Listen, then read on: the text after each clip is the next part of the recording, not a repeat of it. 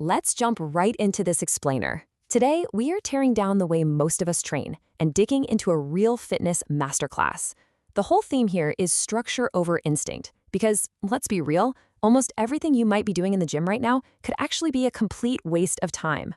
If you've ever felt like your massive effort just isn't matching your results, the source data shows exactly why doing hundreds of crunches or just wandering around doing whatever feels right is a trap. We're going to see why replacing our raw instincts with a rock-solid structure is the ultimate game changer. Let's kick things off with a massive, undeniable truth bomb. 87%. Over 87% of people who train barely see any tangible results. You know the feeling, right? You're sweating, you're eating clean, you're grinding every single week, but your physique, it still looks like you just signed up yesterday. And look, chances are you might be in that 87%. I know I've absolutely been there myself. The source material actually has a brilliant and honestly kind of hilarious name for this. They call it theater lifting. Basically, it's just showing up, getting a sweat on, and checking the boxes without any real formula. We end up relying purely on instinct. You walk in, see what machine happens to be open, and just go with it, while essentially confusing the feeling of being totally exhausted with actually triggering muscle growth. So how do we fix it? Here is our exact blueprint to replace those random, wild punches with a strict, data-driven framework today. We're going to hit the 87% failure rate, the biology of slow growth, how to choose your weapon, mastering your execution, and finally, why your logbook is everything. Let's get into it. Starting with that 87% failure rate, let's look at exactly why letting your daily mood dictate your exercises is a guaranteed one-way ticket to zero progress. It all perfectly boils down to instinct versus structure. Instinct is all about random exercises. It's program hopping. It's literally just swinging wild punches in the dark, hoping you hit something. Structure, on the other hand, provides a consistent signal to your body. It's data-driven, and it practically forces long-term adaptation. Think about it. If your training is entirely random, your physical results are going to be completely random too. You simply cannot build a highly specialized machine using a random box of spare parts. Which brings us to the biology of slow growth. Your body is essentially a highly efficient biological machine, and it absolutely demands a consistent signal before it'll bother changing its engineering. Here is a tough pill we all just have to swallow. Muscle growth is frustratingly slow. Switching up your plan the second you get bored is a massive gains killer. You aren't going to see results this week, and honestly, probably not next week either. If you just flip the script every time the novelty wears off, your muscles never get that repeated stimulus. They never actually realize they have to adapt to survive. So, moving on to choosing your training weapon. The real secret here, almost any structured plan works, as long as you pick one and strictly adhere to it. The magic isn't in some mythical perfect routine. It's entirely in the consistency.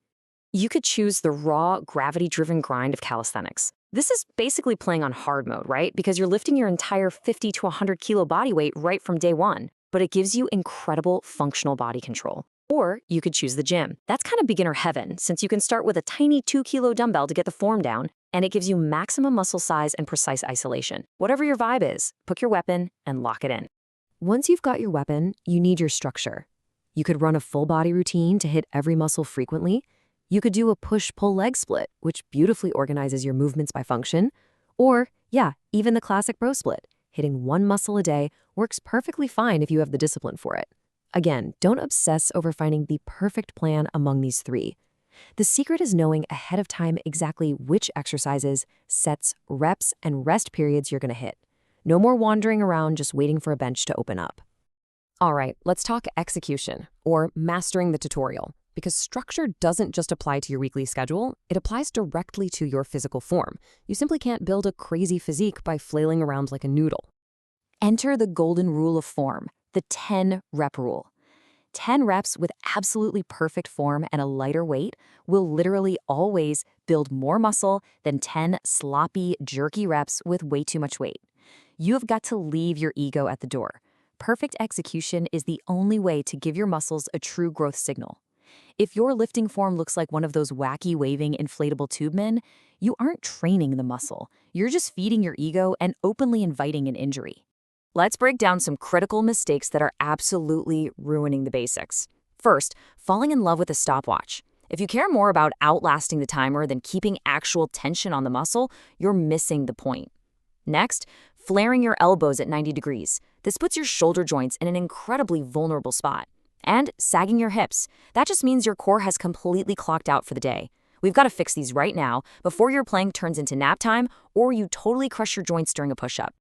To fix this immediately, we have to align our structure. Take the perfect push-up. Step 1, lock your gaze down. Craning your neck up is just going to strain your spine. Then, tuck those elbows in to create a perfect 45-degree arrow shape with your upper body. Engage your core so you're perfectly straight. And here's the real pro tip. Push the floor slightly forward, not just straight up like an elevator ride. It's a total game changer for maximum chest activation. And for planks, seriously stop obsessing over the clock. Look at step 3, drag your elbows toward your toes. Just trying to pull the floor together like that creates massive structural tension. Keep your forearms flat. Crossing your hands slumps your shoulders and ruins the posture. Squeeze your quads, tuck your glutes, and take deep, bracing breaths right into your belly. I promise you, a perfect 30-second plank like this absolutely destroys a sloppy 3-minute plank every single time.